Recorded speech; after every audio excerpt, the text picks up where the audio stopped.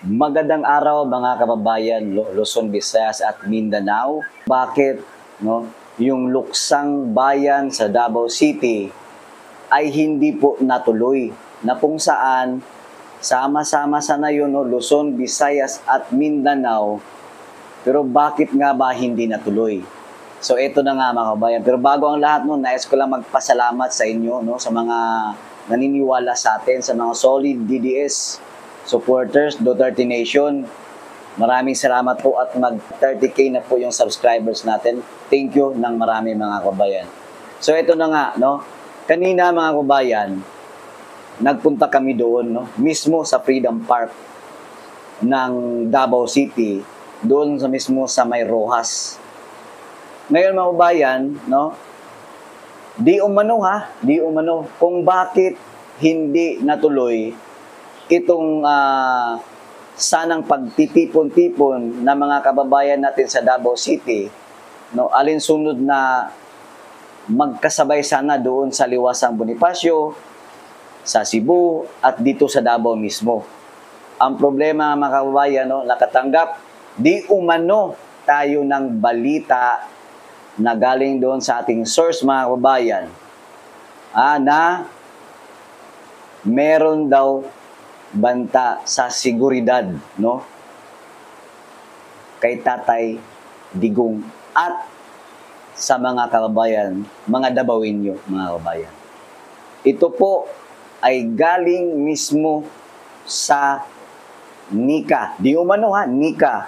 Ano ba yung NICA? National Intelligence Coordinating Agency, mga kababayan, na kung saan, nalalaman nila yung bawat galaw ng gobyerno, lalong-lalo na pag meron talagang mga banta sa seguridad. Kasi under po yan ng NSC, ng National Security Council, mga kababayan. Ngayon, dito ako believe kay Tatay Digong, mga kababayan. Kasi, unang-una, alam naman natin na naka-schedule na yan. Pero ang ginawa po ni Tatay Digong, alam niyo pa ba yun? Hindi po niya ipinagpatuloy, mga kababayan. Kasi ayon po doon sa balita, mga kababayan, pag once daw matuloy itong pagtitipon-tipon sa luksang bayan sa Davao City, magkakaroon daw ng gulo. Di umano, mga kababayan, yun po daw yung sabi, hahagisan daw ng chemical gas. Yun po ang natanggap nating balita, mga kababayan, kung bakit hindi natuloy itong luksang bayan sa Davao City. Doon lang ako nabilib kay Tatay Digong kasi mas inuna niya pa ang kapakanan ng taong bayan, mga kababayan. Ayaw ni Tatay Digong na may makalas na buhay, magkaroon ng kaguluhan sa Davao City. So instead, ituloy yung luksang bayan, ikinansila po. Yun po ang isang dahilan kung bakit hindi ito natuloy. Yun po ay galing mismo sa report, di umano ng NICA, mga kababayan, yung intelligence nila, mga kababayan. Ito po ay taliwas, mga kababayan, sasabihin ko sa inyo, wala naman pong kinalaman doon mismo. Kasi meron tayong naririnig dyan na dahil kay hindi daw magpartisipar itong QGC, hindi po, wala pong kinalaman ang QGC, yung naglabas sila ng statement na hindi na sila magpa-participate sa mga maisog rally, mga kababayan. Hindi po yun ang rason. Kasi kahit wala ang QGC, walang partisipasyon ng mga member ng Kingdom of Jesus Christ, mga kababayan, tuloy na tuloy naman niyang maisog, Kasi from day one naman, yung maisog, talagang palaban yan, Kung sino lang yung pwede o available na dumalo sa pagtipon-tipon. So ito na nga, klaruhin lang natin, hindi po dahil doon sa statement na yon ng QGC na tila bagay walang kasama o wala tayong suporta sa QGC. Hindi po ganun, Ang maisog, kahit ano, o anong mga dahilan o rason pa yan, tuloy-tuloy yan, lalaban yan. So, yun lang ang nakuha nating balita na mas inuna ni Tatay Digong ang seguridad ng taong bayan, lalong-lalo na sa mga taga Davao, sa mga Davaoenyo, na huwag ipilit.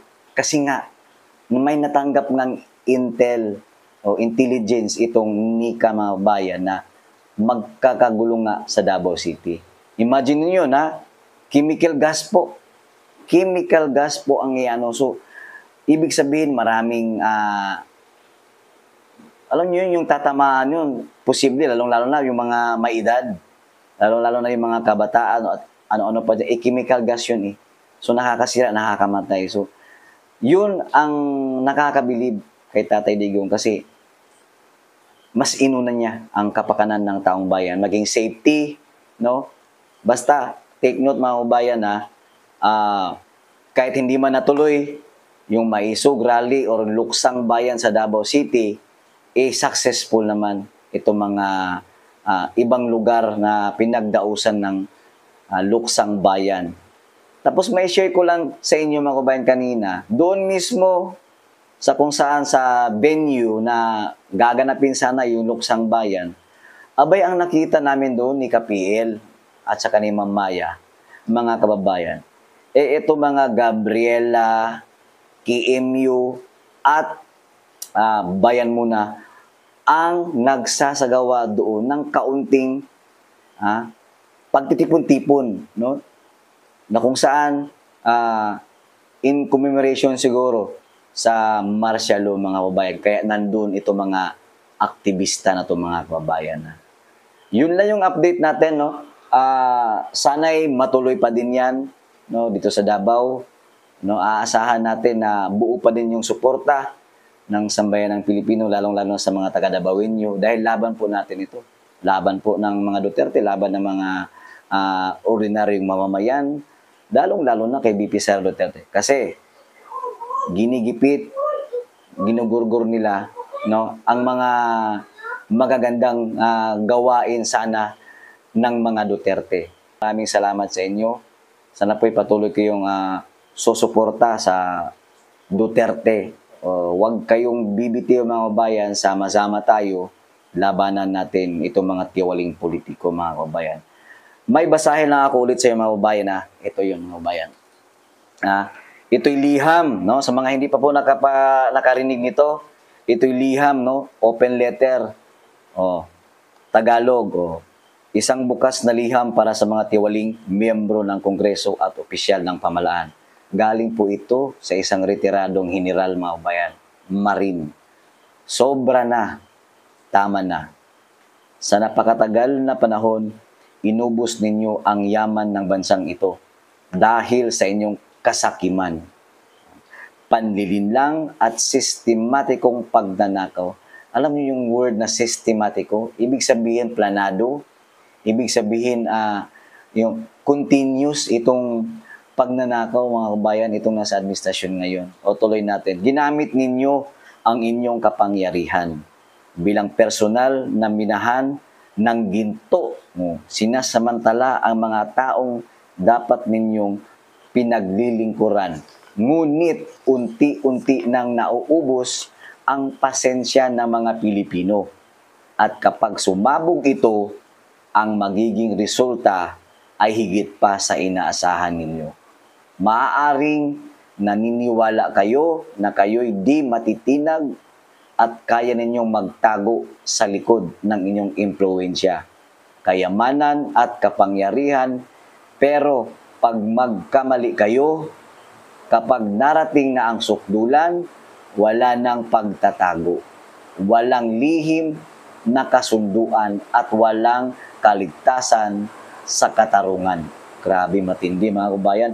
Kapag tumindig ang bayan at tiyak na mangyayari ito, ang bigat ng kanilang galit ay babagsak sa inyo gaya ng isang bagyo na hindi ninyo matatakasan. Ang komportabling buhay na itinayo ninyo mula sa pawis at hirap ng mga Pilipino ay guguho. Naku, hindi ninyo maaaring ipatuloy na pagsasamantalahan ang bayan ng walang kapalit.